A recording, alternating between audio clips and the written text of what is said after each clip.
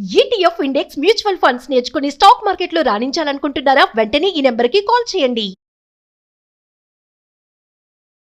లీలాయతాభ్యాం రసశీతలాభ్యాం నీలారుణాభ్యాం నయనాంబుజాభ్యాం ఆలోకయేదద్భుత విభ్రమాభ్యాం బాలః కదా కారుణికః కిశోరః. కృష్ణుడు మన మీద ఎప్పుడు కరుణిస్తాడో కదా అని అడుగుతున్నారు లీలాసుకులు.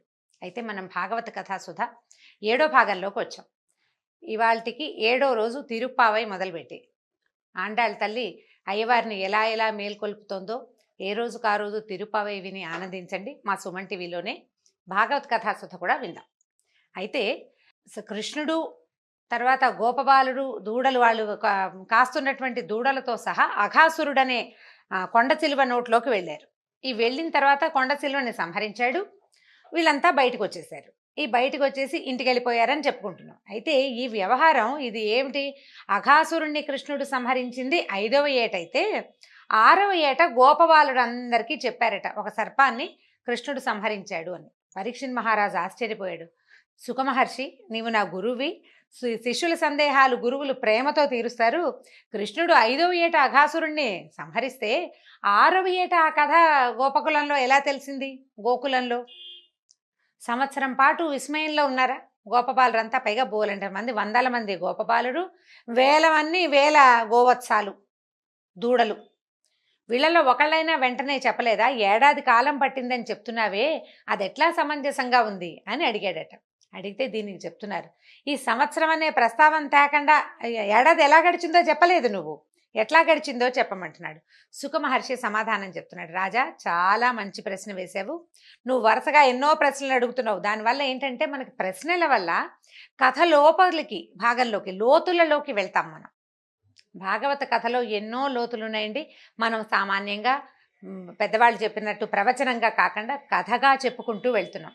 పిల్లలు కూడా వింటారన్న భావనతోటి ఎక్కువ భాగవత విశేషాలు భగవద్ విశేషాల జోలికి పెద్దగా వెళ్ళటం లేదు, సుమారుగా వెళ్తున్నాం. అయినా కూడా పరీక్షిత్ మహారాజు సుఖమహర్షిని అడిగిన విశేషాలు తప్పకుండా తెలుసుకోవాలని భావించి ఈ విషయం చెప్తున్నానమాట. అయితే ఈ రాక్షసుడు చనిపోయాడు, అఘాసురుడు. అతన్ని వధించే సమయానికి కృష్ణుడికి 5 సంవత్సరాల వయసే ఉంది. ఆ దేవతలు ఆనందం పట్టలేకపోయారట. ఇంత పెద్ద సర్పాన్ని చిన్న బాలక రూపంలో ఉన్న విష్ణువు వధించటం అనేది చాలా పరమాద్భుత లీలగా అనిపించింది. వాళ్ళు పైనుంచి ఆనకాలు దుందుబులు దేవదుందుబులు మోగినాయి, పైనుంచి పుష్పవృష్టి కురిసింది, అందరూ ఆనందించారు. ఈ గోకులాన్ని రక్షించడానికి కృష్ణుడు చేస్తున్న అద్భుతమైన చేష్టలు, ఆశ్రితుల పట్ల ఆయన చూపించే అపరిమితమైనటువంటి కరుణ, ఇవన్నీ ఆనందంగా అనిపిస్తోంది. అయితే ఈ గోపాలుడిని రక్షించటానికి కృష్ణుడు ఇంకా ఎంత దూరం వెళ్తాడో చూడాలనిపించిందట సృష్టికర్త అయిన బ్రహ్మదేవుడికి. ముందు ఒక రాక్షసిని చంపాడు, తర్వాత ఇంకొకరిని బండిని తన్నాడు, తర్వాత తృణావర్తుడితో వెళ్ళాడు, ఆ తర్వాత ఒక కొంగని చంపాడు. ఎంతమందిని చంపుతున్నాడు? కొంగని దూడ రూపంలో వచ్చిన వాళ్ళని ప్రతి వాళ్ళని సంహరించి ఈ తనతో ఉన్నటువంటి గోపాలుడిని రక్షించే ప్రయత్నం చేస్తున్నాడు. ఇంకా ఎక్కడికి వెళ్తాడు, ఇంకేం చేస్తాడో చూడాలనుకున్నాడు బ్రహ్మదేవుడు. ఏం చేశాడు? ఈ అఘాసుర సంహారం తర్వాత కృష్ణుడు ఏం చేశాడట, తన మిత్రుల్ని దూడల్ని అందరినీ యమునా నదికి తీసుకొచ్చాడు. యమునా తీరానికి భోజనం చేసి ఆడుకుందాం అనుకున్నారు. సరే, వీళ్ళు ఏం చేశారు, దూడలకి నీళ్లు తాగిచ్చి వాటిని మేతలకు వదిలిపెట్టేశారు. వదిలిపెట్టి సద్దులు తెచ్చుకుంటారు. రోజు పొద్దున్నే కదా వీళ్ళు బయలుదేరి వచ్చేది, సద్దన్నం తెచ్చుకుంటారు. బాగా ఎండెక్కే వేళకి ఇంటికి వెళ్ళిపోతారనమాట. లేదా ఎండెక్కి చల్లబడే వేళకి పొద్దుటికి ఒక మూట, మధ్యాహ్నానికి ఒక మూట కూడా కడతారు. వీటి పొద్దున్నే వచ్చేసేటప్పుడు చద్దెన్నాలు మూట కట్టి తెచ్చుకున్నారు. ఏం చేశారు, చక్కగా అన్నీ ఎవరి మూట వాళ్ళు ఊడదీశారు.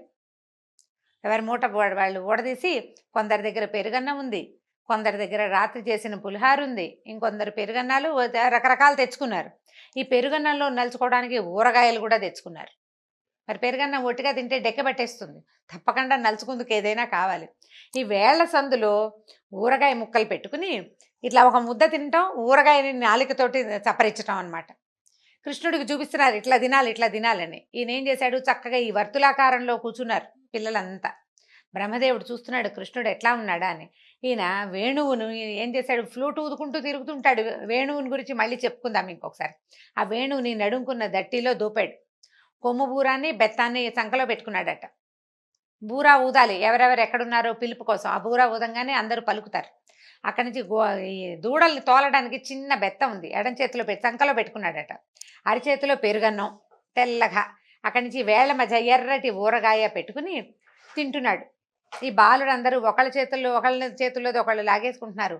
ఒరే నీ ఊరగాయ బాగుంది, మీ ఇంట్లో బాగుంటుంది, మీ అత్తయ్య బాగా చేస్తుంది, ఇట్లా మాట్లాడుకుంటూ ఆ ఒకళ్ళ దాంట్లోంచి ఒకళ్ళు తీసుకుంటున్నారు. చద్దెన్నాలు ఎంగిలన్నాలు తింటున్నాడు కృష్ణుడు వీళ్ళతో పాటు. ఈయన అరచేతిలో ఉన్నది ఎంత బాగుందో అనగానే ఇంకొక పిల్లవాడు ఎవడు ఏది ఏది నాకు చూపించు అంటే ఈయన ఇప్పటిదాకా ఈయన ఆస్వాదించిన ఊరగాయ రుచి ఇంకో పిల్లాడు ఆస్వాదిస్తున్నాడు. ఇలా ఎంగిళ్లతోటి పెరుగన్నారు సద్దన్నం తింటును కోలాహలంగా ఉన్నటువంటి కృష్ణుడిని చూసి ఏమనుకున్నాడు ఆయన, పవిత్రమైన యజ్ఞభాగాలు స్వీకరించే శ్రీమన్నారాయణుడు సద్దన్నం తింటున్నాడు, అది కూడా బాలురు, మానవ బాలురు, వాళ్ళ ఎంగిలి. ఎంత చిత్రమో అనిపించిందట. పైగా అవి తింటుంటే ఎలా ఉందంటే అది ఏదో స్వర్గారోహణ చేస్తున్నంత సంతోషంగా నవ్వుతున్నాడు ఆయన. ఈ పెరుగన్నం సద్దన్నం తింటుంటే ఎంత ఆనందంగా ఉందో, ముద్ద ముద్దకి ఆస్వాదిస్తున్నాడు, ఎంత బాగుందో అని లొట్టలేస్తున్నాడు. ఎంగిలన్నం తీసుకుని తింటున్నాడు. దేవతలందరూ ఆశ్చర్యంగా చూస్తున్నారు. ఈయనకి యజ్ఞానికి అధిపురుషుడు విష్ణువే. యజ్ఞంలో వేసినవన్నీ విష్ణువుని చేరతాయి. యజ్ఞానికి మొట్టమొదటి ఆవిర్భోక్త సాక్షాత్ శ్రీమన్నారాయణుడు. అటువంటి వాడు ఈ భూలోకంలో ఒక బాలక రూపధారి అయి ఈ మానవుల తాలూకు పిల్లల ఎంగిళ్ళు తింటూ వీళ్ళతోటి సంతోషంగా ఉన్నాడని ఆశ్చర్యంగా చూస్తున్నారు. ఇంతలో వీళ్ళ చుట్టుపక్కల ఉన్న దూడలు కనపడలేదు, దూరంగా పోయినాయి. ఈ పిల్లలు కంగారు పడి ఆ చద్దన్నం వదిలిపెట్టి లేవబోయేసరికి కృష్ణుడు ఏమన్నాడు, ఈ పెరుగన్నం చేతిలో పెద్ద ముద్దుంది, ఇవి ఆవకాయ ఊరగాయ వేళ కింద సందులో 2 వేల సందుల్లో 2 రకాల ఊరగాయలు పెట్టుకున్నాడు. ఉండండి నేను చూసొస్తానని ఏం చేశాడు, ఈ ఎంగిల్ చెయ్యి ఎంగిల్ మూతితోటే లేచి బయలుదేరాడు.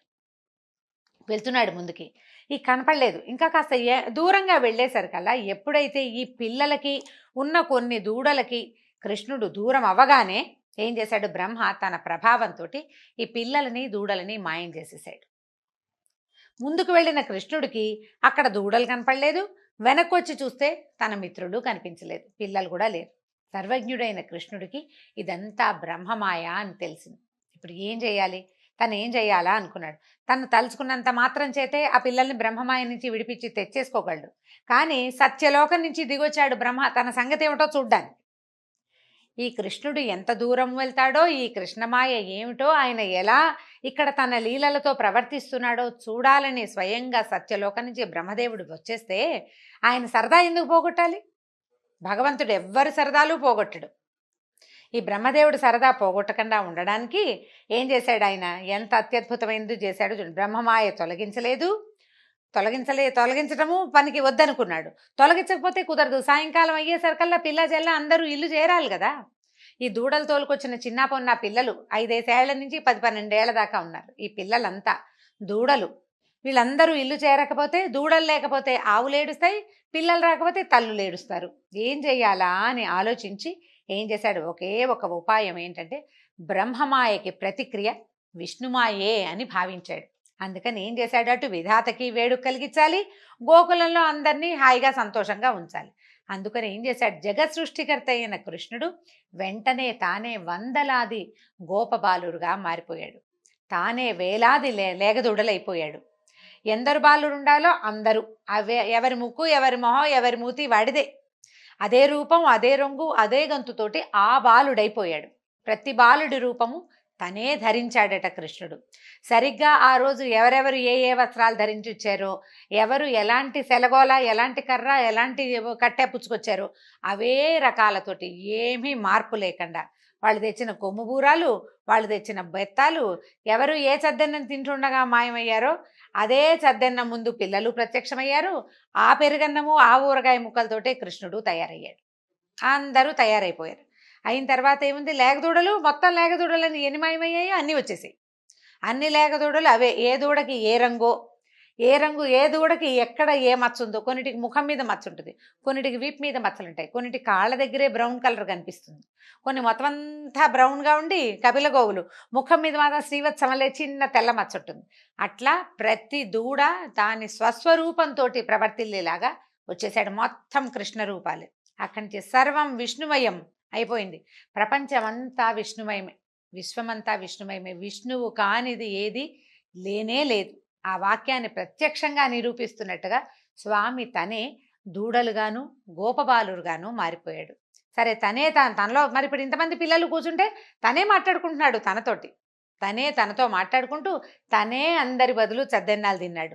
తర్వాత తనతో తనే ఆడుకున్నాడు. ఈ పిల్లలందరితోటి మరి ఆడుకుంటున్నాడు కదా, అందరితోటి తనే అందరిగా అయి ఆటలాడాడు. తర్వాత సాయంకాలం అయ్యేసరికల్లా ఈ గోపబాలుడుగా గోవత్సాలుగా ఉన్న తనను తాను అదిలించుకుంటూ తనను తాను తోలుకుంటూ రేపల్లెకి చేరాడు. వ్రజం చేరిపోయేసరికల్లా ఏ తల్లి బిడ్డ ఆ తల్లి ఇంట్లోకి వెళ్ళిపోయాడు యథాప్రకారం. ఏ గోశాలలో ఏ దూడ ఉండాలో ఆ గోశాలలోకి ఆ దూడలు వెళ్ళిపోయినాయి. అక్కడ కట్టేశాడు. అందరూ తల్లులకి దూడలు ఆవులకి ఏమి తల్లులు సాయంత్రం అయ్యేసరికి, నాయనా వచ్చావరా, ఎండలో తిరిగావా, మొహం మాడిపోయిందేమి, అన్నం సరిగ్గా తినలేదా, నీ అన్నం ఎవరైనా లాగేసుకున్నారా, మొహం నల్లగా పెట్టుకున్నావు ఎందుకురా, ఎవరైనా కొట్టారా, ఇలా రకరకాల ప్రశ్నలు వేస్తాం మనం. స్కూళ్ళ నుంచి వచ్చిన పిల్లలకి 100 ప్రశ్నలు సంధిస్తాం. ఎండలో ఈ గొడ్లను తోలుకుని బుడ్డాళ్ళని ఏమనాలి, వాళ్ళని ఇంకా బోల్డ్ ప్రశ్నలు వేయాలి. ఏ తల్లికి ఆ తల్లి ప్రశ్నలు వేసుకున్నారు, పిల్లల్ని తీర్చారు, స్నానాలు చేయించారు, ఏదో మొహాన్ని బొట్టు పెట్టి ఎవరికి వాళ్ళు అన్నాలు తినిపించుకునే ప్రక్రియలో పడ్డారు. దూడలు తల్లుల దగ్గరికి పరిగెత్తినాయి. ఆవులు పొదుగుల నుంచి వాటంతటా పాలు స్రవిస్తూ దూడల్ని ఆనందంగా, నాకు పొద్దు నుంచి చూడని దూడని మరి ఆనందంగా ఉంటుంది కదా ఆవుకి, ఇలా అందరినీ సంతోషపెట్టాడు. ఆ రోజు నుంచి ప్రతిరోజు ఉదయం బయలుదేరి దూడలై అడవిలో పచ్చికమేసి గోపబాలుడై ఆ దూడల్ని మేపి సద్దులు తిని ఆడుకుని యమునా నదిలో ఈతలు కొట్టి సాయంత్రం అయ్యేసరికి ఇల్లు చేరేవాడు కృష్ణ పరమాత్మ.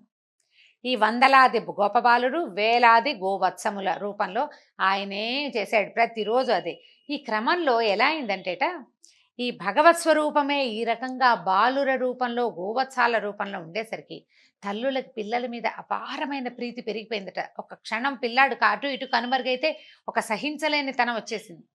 ఆవుల పాలు విపరీతంగా పెరిగిపోయినాయట. అసలు ఆ దూడల్ని వదిలిపెట్టలేనట్టుగా అయిపోయినాయి. ఎంత ప్రీతో తల్లులు పిల్లల్ని వదలలేరు, ఆవులు దూడల్ని వదలలేవు. సాక్షాత్ భగవత్ స్వరూపం అవడం వల్లే ఇది సంభవించిందనమాట. క్రమంగా రోజులు గడుస్తున్నాయి. 1 ఏడాది అయిపోయింది. అయ్యేసరికల్లా ఇంకా ఎట్లా అవుతుందంటే, ఒకరోజు బలరామకృష్ణులు ఈ లేగల్ని తోలుకుని వెళ్ళి, బలరాముడు ఉన్నాడు వీళ్లతో పాటే, ఆయన బాగానే ఉన్నాడు, ఆయనకి ఏం అవ్వలేదు. అక్కడ దూడలు పచ్చిక మేస్తూ తిరుగుతున్నాయట. పక్కనే ఉన్న గోవర్ధన పర్వతం మీదకి గొడ్లను తీసుకెళ్తారు, ఆవుల్ని అక్కడికి తీసుకెళ్తారనమాట. వాటిని పెద్దవాళ్ళు మేపుతారు, పిల్లలు కింద పచ్చిక బయళ్ళల్లో ఉంటారనమాట. ఈ పైన కొండ మీద ఉన్న ఆవులకి కింద ఉన్న దూడలు కనిపించేసరికల్లా దూడల్ని చూసేసరికి ఇంకా ఆగలేక అవి పైనుంచి కొండ మీద నుంచి దిగి పరిగెత్తుకుంటూ వచ్చేసింది. ఈ గోపాలకురైనటువంటి పెద్దవాళ్ళు చాలామంది ఉన్నారు, వాళ్ళు అసలు ఆపలేకపోయారట ఆవుల్ని. అంత పరిగెత్తుతున్నా ఎందుకో సాయంకాలం అయ్యేసరికి ఎట్లాగో దూడలు స్థిమితంగా ఉంటాయి, ఆవులు అవి పరిగెత్తవు దూడల కోసం. అంత స్థిమితంగా ఉండే గోమాతలు ఎందుకంత ఉత్సాహపడి ఉద్రేకపడి తమ వత్సాల కోసం పరిగెడుతున్నాయో వాళ్ళకి అర్థం కాలేదు. వాళ్ళు ఆపలేకపోయారు.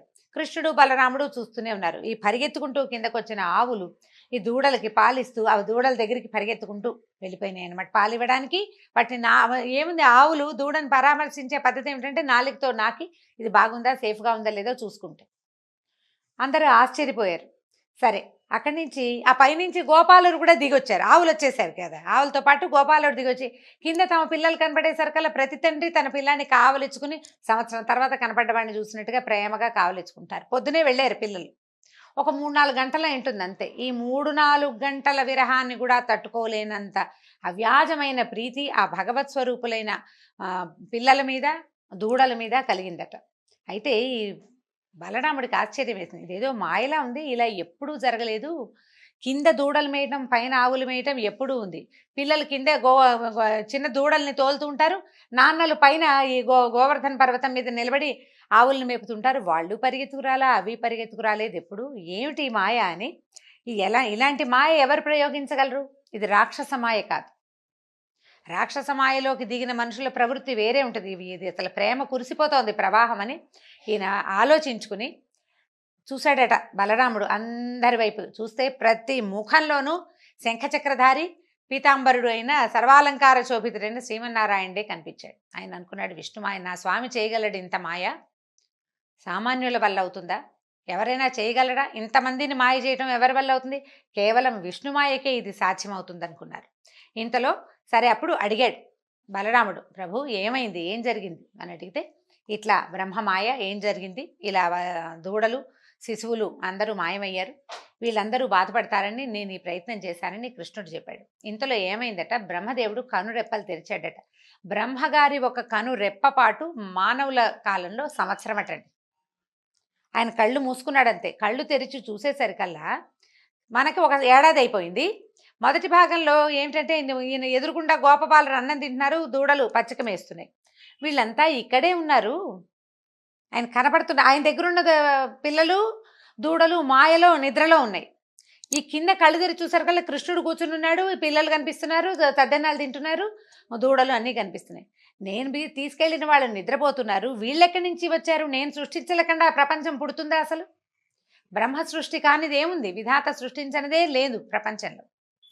నా సృష్టికి ప్రతి సృష్టి ఎలా జరిగింది? నేను తెచ్చిన పిల్లలు ఆ దూడలు నా ఎదురుగుండానే ఉన్నప్పుడు వీళ్ళు ఎక్కడి నుంచి వచ్చారు అని వాళ్ళ కోసం అట్లా వాళ్ళ వైపే చూస్తుంటే ఆయన తర్కించుకుంటున్నట్ట.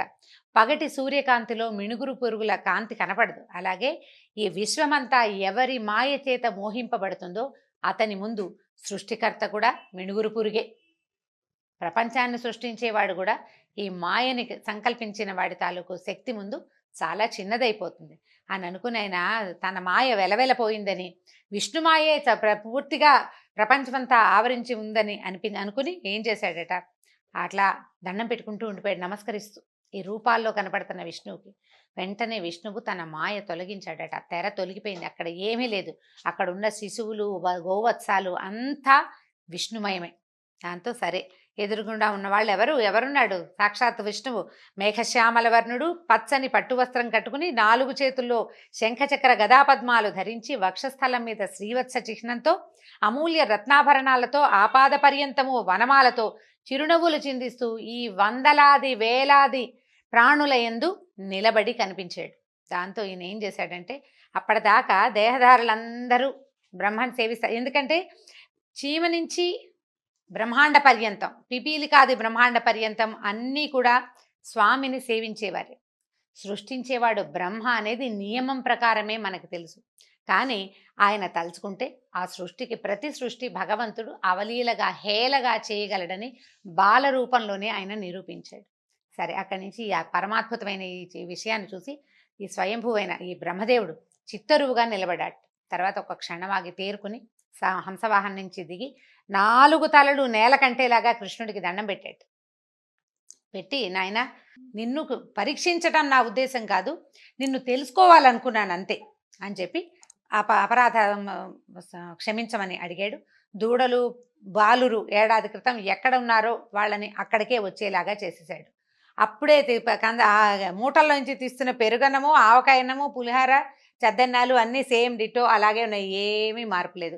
సంవత్సరం గడిచిందని బలరామకృష్ణులకి మాత్రమే తెలుసు, మిగిలిన బాలుడికి ఎవ్వరికీ తెలియదు. ఇక దూడల్ని వెతికి అంత తొందరగా వచ్చేసావు, క్షణంలో దూడలు తోలుకొచ్చేసావు కృష్ణ, నువ్వెంత చురుకో, నీలాగా చేయగలిగేవాడు ఎవడూ లేడు అని చెప్పేసి అందరూ పిల్లలంతా అనుకున్నారు. నువ్వు ఇప్పుడే రావు, నువ్వు వచ్చే లోపల నీ పెరుగన్నం తినేద్దాం అనుకున్నాము, నీ పెరుగన్నం కూడా మేమే తినేద్దాం అనుకున్నావు, యశోదమ్మ పెరుగన్నం చాలా బాగా కడుతుంది, కానీ నువ్వు మాత్రం భలే వచ్చేసావు, అన్నం మీద మోహంతో వచ్చేసావు అనేసి నవ్వుద్దు ఏడిపించారు అందరూ. అవునన్నాడు. 5-6 సంవత్సరాల పిల్లవాడు ఎట్లా స్పందిస్తాడో అలాగే స్పందించాడు కృష్ణుడు.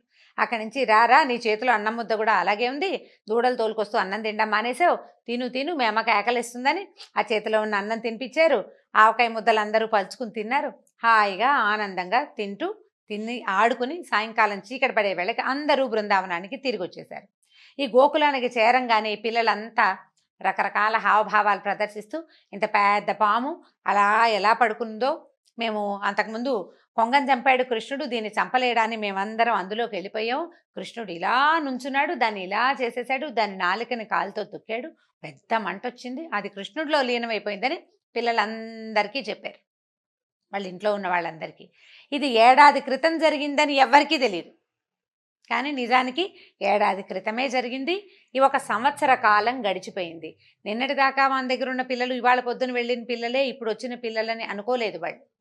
అది ఇప్పుడే జరిగిందని తల్లిదండ్రులు మొత్తం గోకులంలో ఉన్న వాళ్ళంతా భావించారు. ఆ తర్వాత ఈ సుఖమహర్షి పరీక్షిత్తుకి సందేహం ఇలా తీర్చాడనమాట. ఈ ఏడాదికి కృష్ణుడికి 5 నుండి 6 సంవత్సరాలు వచ్చినాయి అని చెప్పారు. దీంతో ఈరోజు భాగవత కథాసుత సమాప్తం. వచ్చే భాగంలో మరిన్ని కొత్త కథలతోటి కలుసుకుందాం. నమస్కారం.